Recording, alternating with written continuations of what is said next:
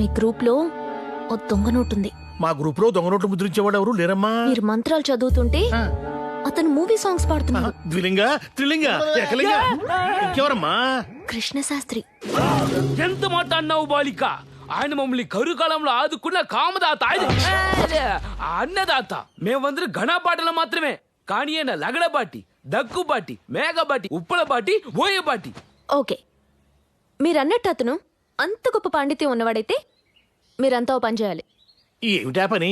యాగం జరుగుతుండగా జరుగుతుండగా మంత్రాల మధ్యలో టక్కున ఆపేయాలి. ఇంటర్వ్యూలు ఇవ్వడానికి ఇదేం చలనచిత్రం కాదు, వేదమంత్రం.